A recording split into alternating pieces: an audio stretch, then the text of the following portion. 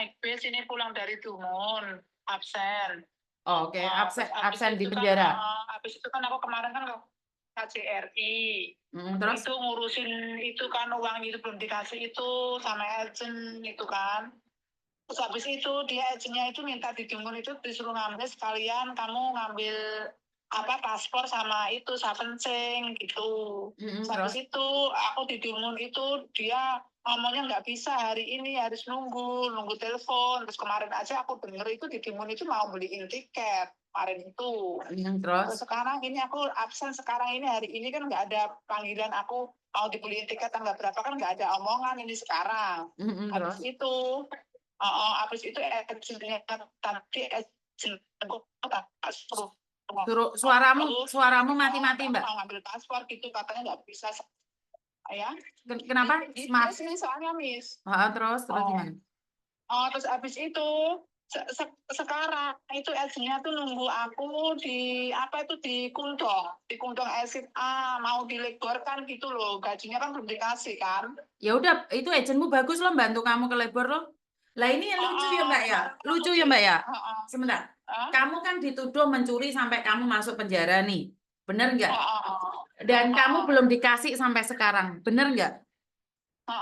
Tapi anaknya Koko dituduh mencuri saat kerja 3 minggu dikeluarkan sudah dikasih gaji kan?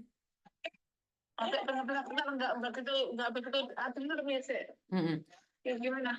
Kamu kan ini bukan anaknya Koko toh, dari agen lain kan, minta tolong sama Miss Yuni sampai di penjara. Kamu sampai sekarang pun di penjara 2 bulan pun kamu masih belum dikasih gaji, bener nggak?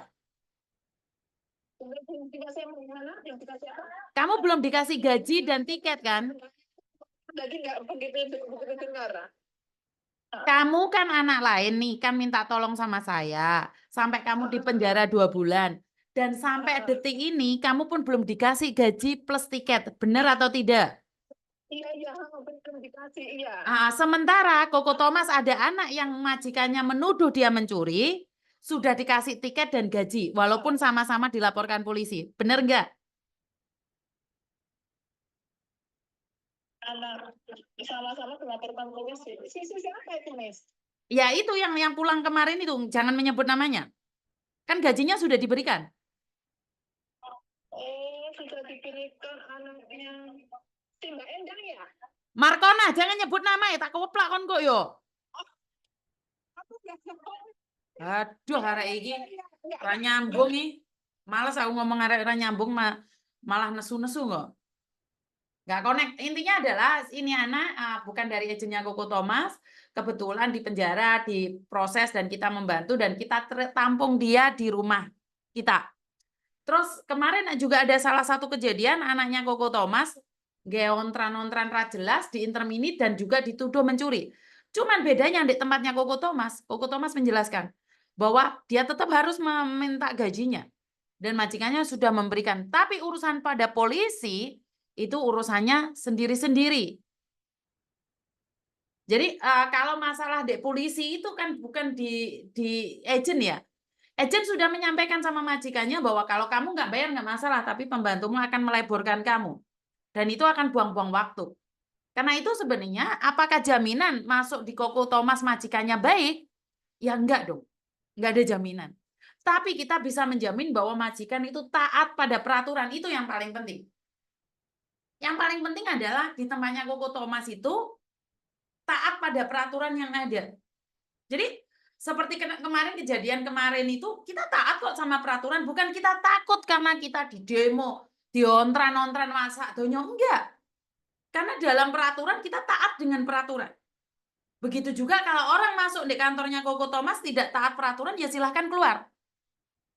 Jadi silahkan keluar, karena di luar sana banyak agen kok. Bukan hanya Koko Thomas.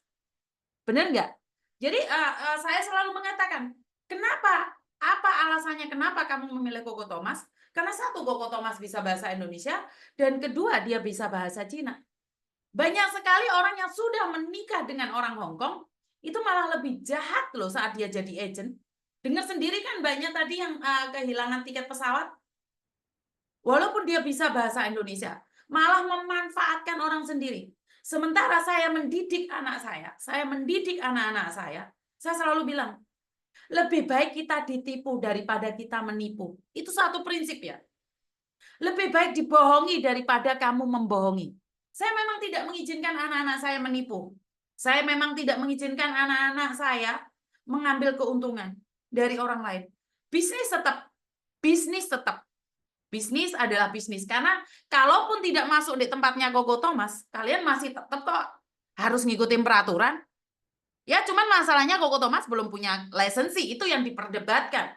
Ya kalau tiba-tiba agent yang amanah tidak memiliki lisensi, ya udah nggak apa-apa. Tapi kita selalu berdoa tiba-tiba KJRI memberikan lisensi pada Koko Thomas, itu aja. Karena setidaknya Koko Thomas itu mau berjuang untuk orang Indonesia. Tapi saya tahu itu tidak mungkin. Nggak mungkin KJRI ini seleksi, oh ini agent yang amanah, terus TKI, apa itu? Lisensi, enggak konsepnya enggak kayak gitu. Itu panjang kali lebar. Saya cuma menunggu keajaiban tiba-tiba ada nih lisensi yang bisa diberikan pada Koko Thomas. Jadi saya secara pribadi ingin apa ya? Debat atau ingin ngamuk atau ingin percuma. Karena intinya adalah di Hongkong itu bisnis. Bohong kalau nggak bisnis. Tapi masalahnya bisnisnya itu seperti apa? Di tempat lain bawa majikan sendiri, bayarnya berapa? 9.000, 10.000. Mati Koko Thomas cuma 6.000. Cuma 6.000 dan cecenya nggak perlu bayar.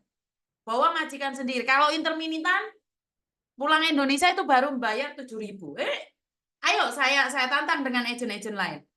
Apakah Koko Thomas tidak ingin mencari keuntungan? Ya jelas, ingin cari keuntungan. Tapi masalahnya seberapa banyak yang kita makan? Siapa sih yang bikin perusahaan nggak pingin untung? Nggak ada.